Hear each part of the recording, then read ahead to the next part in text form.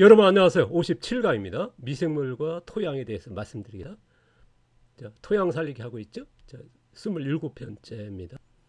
미생물 네 번째 얘기인데요. 자, 1편에서는 바이러스 팬데믹에서 말씀드렸고요. 두 번째는 이제 토양에 자연에 자생하는 미생물을 원원적 미생물이라고 그랬죠. 여기를 이제 첫 번째 채취한 거를 원적 미생물이라고 그랬고요. 원적 미생물 가지고 첫 배양한 거를 종균 1이라고 그랬습니다. 여기서 또 배양했을 때 종균 2, 그 다음에 또 배양했을 때 종균 3, 종균 4, 종균 5로 나눈다고 그랬습니다. 저희들 자연순환 유기농에서는 이런 원종이나 종균 1, 종균 2, 종균 3이 아니라 자연 상태에 있는 원원종 미생물 사용을 원칙으로 한다는 말씀드렸고요. 자, 세 번째 얘기는 이제 보통 이제 우리가 김치, 청국장, 사료, 퇴비 같은 걸 이제 발효를 하지 않습니까? 그게 보편적인데 저희들 같은 경우는 자연순환 유기농에서는 퇴비나 사료는 이제 숙성 퇴비, 숙성 사료라 해서 숙성을 사용한다는 얘기를 말씀드렸습니다. 오늘 이제 미생물 네 번째 얘기인데 현대 농업에서 미생물 활용에 대해서 말씀드리겠습니다. 자, 이거에 대해서는 조금 예민할 수도 있고 그러나 이거는 굉장히 중요하죠. 지금 우리가 이제 토양 살리기 본격적으로 이제 그 기술에 대해서 들어가는데요. 자, 99%가 지금 현재 농업에 보시면 이제 전 세계적이지 않습니까? 미생물 서식 환경을 안 만드는 이런 이그룹 농업을 하지 않습니까? 이제 제가 이제 이 앞에 대해서 자세히 소개했지 않습니까? 이거에 대해서 뭐 궁금하신 분은 앞에서 보시면 될 거고요. 그리고 1%하지만 거의 뭐 최근에 이제 세계적인 그런 대농들이 이제 사그룹 하는 농가들이 많이 이제 증가하면서 뭐 2%라고 했습니다만은 지금도 우리나라에서는 0.1%도 안 되죠. 미생물 서식 환경을 만드는 농업, 이제 사그룹 농업. 이제 이게 보통 두 개로 이제 나눌 수 있는데요. 어쨌든 우리나라 대세 농업은 99%의 서식 환경을 안 만드는 2그룹 농이고요. 지금 저희들이 지향하는 농업은 1%도 안 된 0.1% 정도밖에 안 되는 이제 사그룹 농, 서식 환경, 미생물 서식 환경을 만드는 농업을 이제 지향하고 있지 않습니까? 그거에 대해서 이제 제가 지난 35년 동안 지향하면서 얻어진 그 지식을 공유하고 있는데요. 보시면은 이제 이렇게 미생물 서식 환경 안 만드는 농업, 이제 2그룹 농사죠. 대세적이지 않습니까?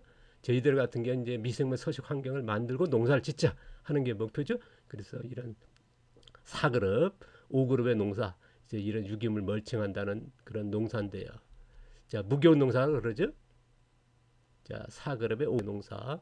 보통 보면 이제 토양에는 이제 유기물이 있고 식물이 자라면서 여기에 그 서식하면서 또 영양으로 살아가는 이제 균이나 세균류, 원생동, 선형동 이렇게 이제 먹이 사슬이 나지 않습니까? 여기서 이제 분해되면서 우리가 이제 식물에 또 영양이 되는 이제 먹이 사슬이죠. 이게 보통 알고 있고요. 그래서 토양에 미생물이 많아야 된다. 그리고 토양에 이제 미생물이 많으려면 이제 유기물이 많아야 되지 않습니까? 이게 보통적으로 이제 누구나 아는 상식인데요. 지금 토양의 한 스푼의 미생물 양을 보면요. 이제 이거는 이제 정확하지 않습니다. 각기 이제 토양이 다 다를 거기 때문에요. 2, 3만 종류의 세균수 수확 마리.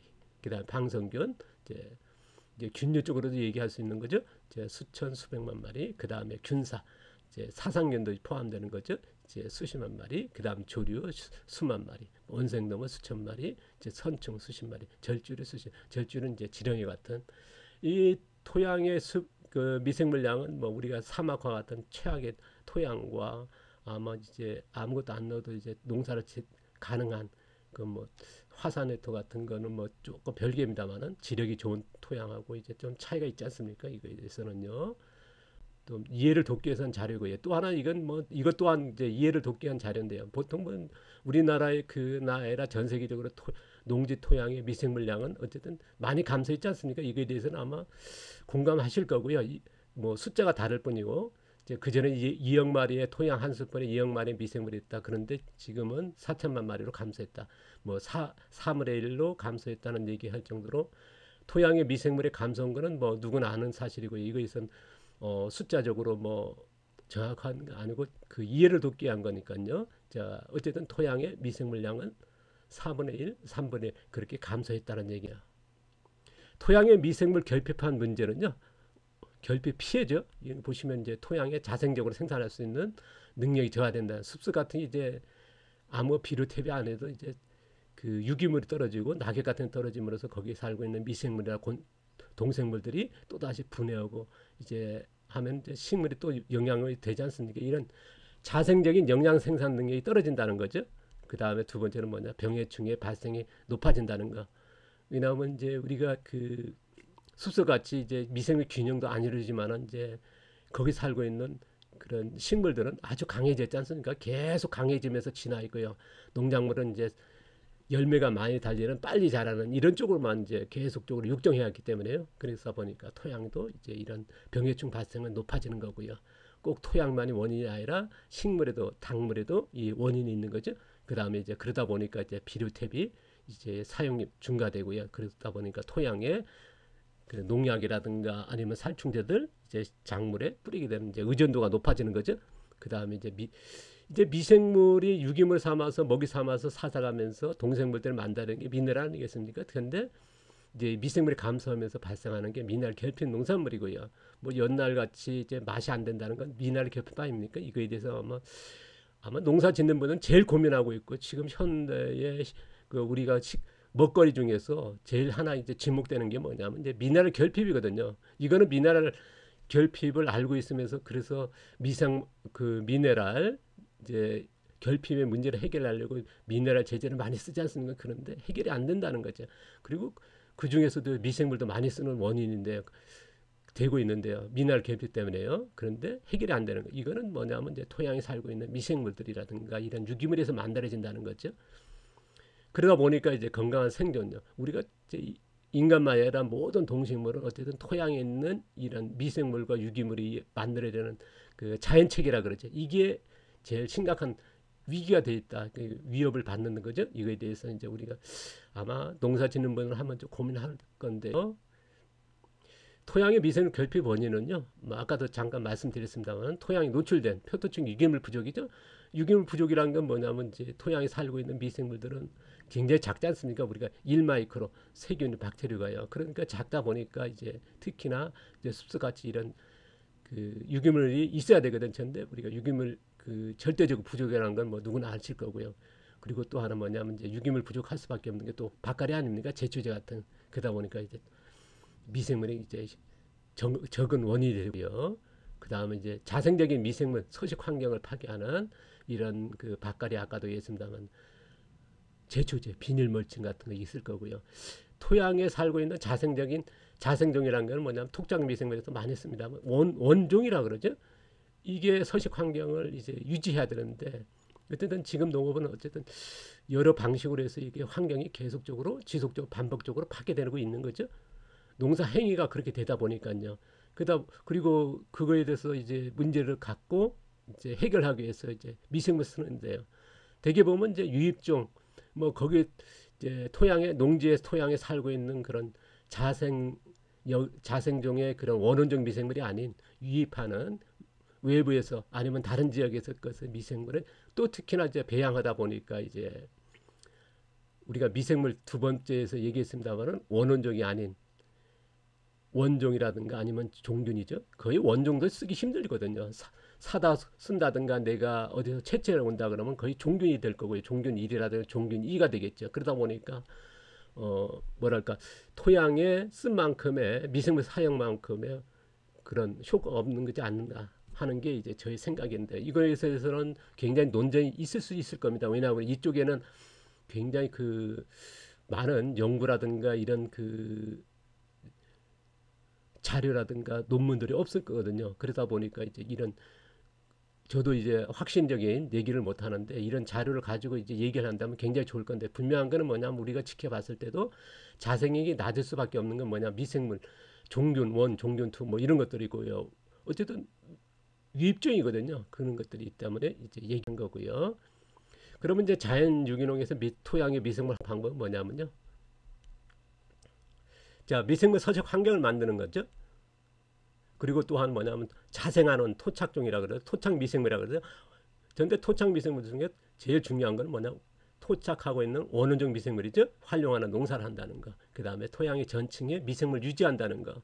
이게 보통적으로 우리가 토양 전층에 사용하지 못하고 이제 표토층만 사용하는 농사도 하지만 또 유기물의 그런 그 표토층에 유기물이 절대적으로 부족하지 않습니까? 그러다 보니까 이제 우리가 그 밑거름하고 밭가리면서 토양에 그 20cm 밭가량 그 부분만 쓰고 있거든요. 그래서 우리가 심도층 같은 거는 뭐 전혀 못 쓰고 있지 않습니까? 그래서 우리가 이 세 가지를 갖고 가야 된다는 게 저희 생각이고, 이거 세 가지에 대해서 하나씩 말씀드리거든요.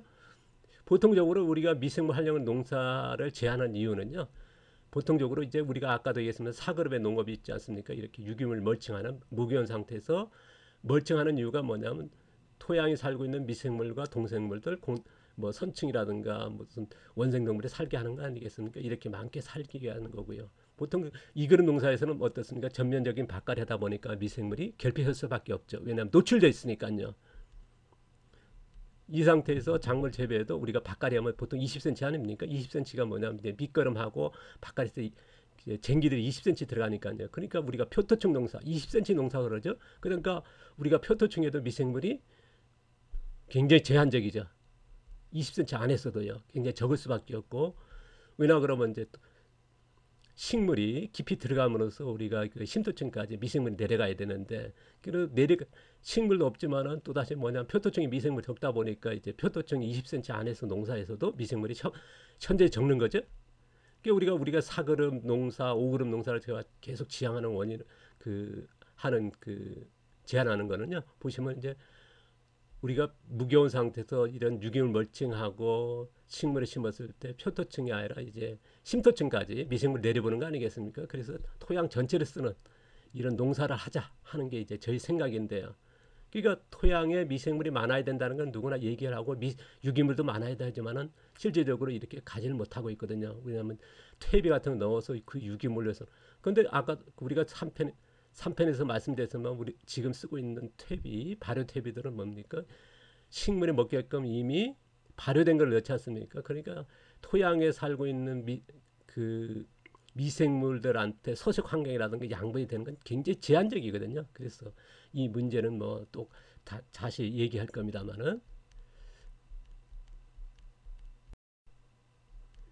자 보시면 이제 우리가 아까도 했습니다만은 이제 2그룹 농사의 그런 밑거름하고 이제 밭갈이지 않습니까? 밭갈이 했을 때가 토양에 20cm 정도 이제 비료 퇴비가 들어가게 되는데, 밭갈이 하다 보니까, 그리고 비료 퇴비가 계속 이제 매년 밭갈이 1년에 몇 번씩 하다 보니까 이제 이런 염류가 쌓이게 되고, 비료라든가 여러 그 농업에 사용하는 이제 농자재죠. 이것들이 밭갈이 안 한 부분에 이제 쟁기 바닥층이라 그러죠. 여기에 쌓이게 되거든요. 그래서 이거를 염류 경반층이라 그러지 않습니까? 염류 이제 쟁기층 아니면 이제 비독 경반층이라 얘기하는데, 이렇게 발생한다는 걸 이제 말씀드렸지 않습니까? 그러다 보니까 이제 밭갈이를 반복하다 보니까 이렇게 경반층이니까 우리가 식물이 1m 자랐을 때 뿌리도 1m 정도 아니면 50cm 들어가야 되는데, 이렇게 이런 경반층 때문에 이제 뿌리가 못 들어가는 거죠. 이게 지금 우리나라 농업의 제일 심각한 문제로 받아들이고 있는 거죠.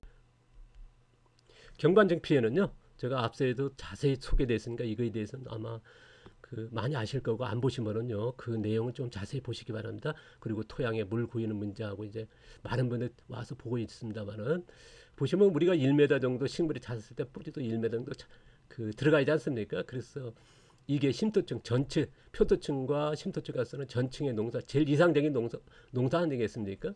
근데 우리가 밑거름하고 밭갈이 했을 때 토양에 20cm 밭갈이 한 속에 비료 탭이 있다 보니까 그 밑에는 이제 염류 경반층이 생기면서 식물이 이제 20cm 안에서 자라는 거거든요.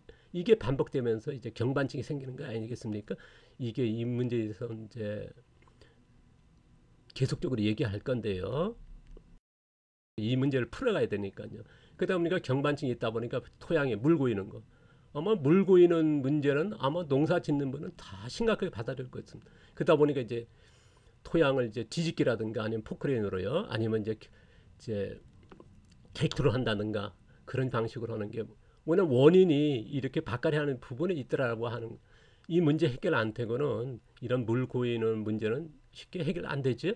이거는 이제 현재 농업에서 굉장히 많은 이제 문제를 알고 있으며 이걸 해결하려고 하지만 쉽지 않은 거죠. 그러다 보니까 이제 정부에서도 이제 심도층까지 이런 경반층 깨뜨리기 위해서 이제 쟁기까지 개발해서 이제 보급하고 있지 않습니까? 토양의 미생물이 많은 것은 여러분 알다시피 이제 토양의 표토층이죠. 토양의 표토층은 보통적으로 이제 뭐 1cm도 얘기할 수 있으면 전체적으로 우리 밭가리하는 부분은 20cm 정도로 얘기를 하자는 거고요. 토양 표토층, 그 다음에 그 밑에를 심도층이라 하죠. 자, 우리가 또 하나 많은 미생물이 많은 것은 이제 뿌리죠. 뿌리 앞에는 이제 식물이 내놓는 양분, 그걸 먹기 위해서 이제 접근해서 서식하는 미생물, 그리고 균균이라 그러죠. 그래서 뿌리 앞에가 미생물이 많다. 듣고시죠? 그러니까 토양의 표도층을 어디든 농부가 해야 되고요.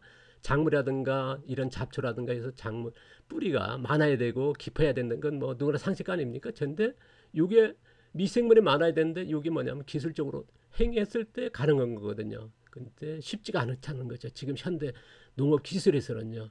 저희들은 이 미생물이 많은 이제 자연적인 방법으로 이 두 가지로 가지고 갈 겁니다. 이거에 대해서 이제 앞으로 자세히 하나씩 이제 제가 하고 있는 방법에 대해서 이제 소개할 건데요. 토양이 많으면 이제 유지하는 방법은 뭐냐? 아까도 얘기했습니다만 토양의 표도층에 유기를 멀쩡하는 거다. 1차적으로요. 그래서 많은 미생물 서식 환경을 만드는 거고요. 그 다음에 이제 우리가 이제 유기를 멀쩡하더라도 우리가 표도층 20cm 안으로 하지 않습니까? 이제 이 정도에서만 끝나거든요. 그러면 이제 20cm 지나는 우리가 심도층이라 그러죠. 심도층까지는 뭐냐?